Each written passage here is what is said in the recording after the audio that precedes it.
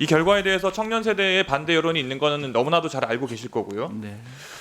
장관님은 이렇게 청년 세대가 반발할 거라는 예상을 하셨습니까?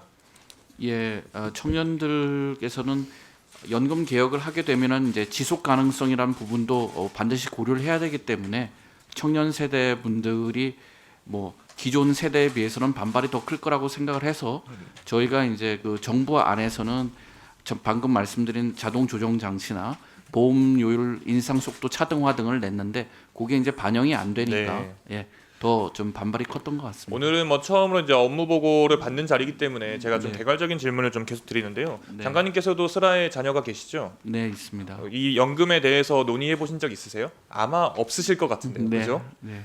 그 이유가 뭐라고 생각하십니까?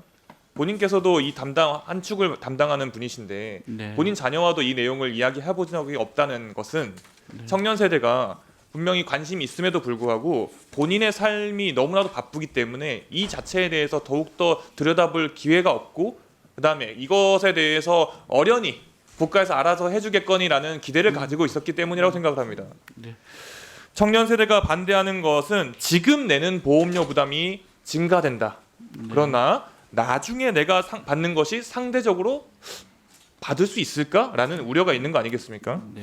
업무보고 자료를 제가 보니까요. 7페이지 하단에 기금 연장 소진으로 인해서 청년 세대의 총 보험료 부담이 줄었고 크레딧 제도를 확대함으로써 소득적인 측면에서도 효과를 확대했다라고 적어 놓으셨는데 물론 이번 연금 개혁이 의미 있는 진전이긴 합니다만 청년들이 문제를 삼는 것은 내용적으로는 세대 간 형평성이 과연 맞느냐 이게 그리고 절차적으로는 이번 과정에서 과연 청년들의 목소리를 듣는 절차나 기회가 도대체 얼마나 있었느냐 이걸 문제 제기를 하는 것입니다. 그래서 제가 뭐 실례긴 하지만 자녀분을 예로 들었습니다만 기본적으로 우리 장관님도 자녀분들이랑 이 이야기를 안 해보는데 이 기회의 장 자체가 충분히 열렸다고 볼 수 없습니다. 보건복지부는 향후 구조개혁 논의 과정에서 청년 세대 의견을 반영하기 위해서 각별하게 좀 노력을 해주시길 부탁드립니다. 예, 유념하겠습니다. 다음은 김민석 고용노동부 장관 직무대행께 여쭙겠습니다. 고용노동부는 오늘 업무 보고를 제가 보니까 퇴직연금 활성화를 통해서 노후소득 다중화 이렇게 하신다고 말씀하셨는데 퇴직연금을 살펴보면은 미래의 연금을 수령하는 것보다는 중도에 인출하고 해지하는 경우가 더 많지 않겠습니까?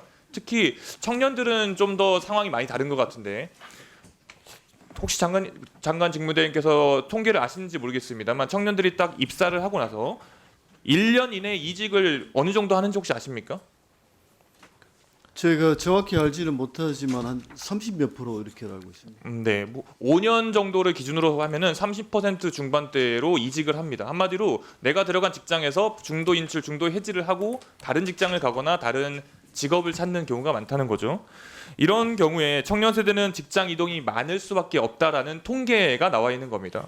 이런 상태에서 연금 수급 개시 시점이 다른 계층에 비해서 상대적으로 그 수급 개시 시점 자체가 너무 좀 다르기 때문에 중도 인출 해지에 대해서 조금 더 고용노동부에서도 신경을 써야 된다. 청년과 다른 세대와 똑같은 선상에 놓고 생각하면 안 된다라는 점을 좀 강조하고 싶고요. 청년들이 연금 자산을 지속적으로 축적할 수 있도록 하는 그런 적극적인 인센티브 방안 역시 필요하다고 생각하는데 어떻게 생각하십니까? 예, 저희도 뭐 재정 세제 인센티브는 당연히 필요하다 보는데 다만 이게 이제 다른 그 연금과 달리 이게 퇴직연금이 임금 후불적 성격이기 때문에 이걸 가지고 주택 구입이라든지 뭐 임차 보증 그다음에 회생 이런 그게 규정되어 있는 부분이 있어서 이런 부분에 대해서 저희가 강제하거나 이렇게 좀 의무화하기 좀 어렵다 이런 부분들의 어려움이 있습니다. 그 말씀은 어려움이 있지만 어려우니까 못하겠다 안 하겠다가 아니라 어려우니까 예. 방법을 찾겠다라는 말씀으로 제가 알아듣겠습니다.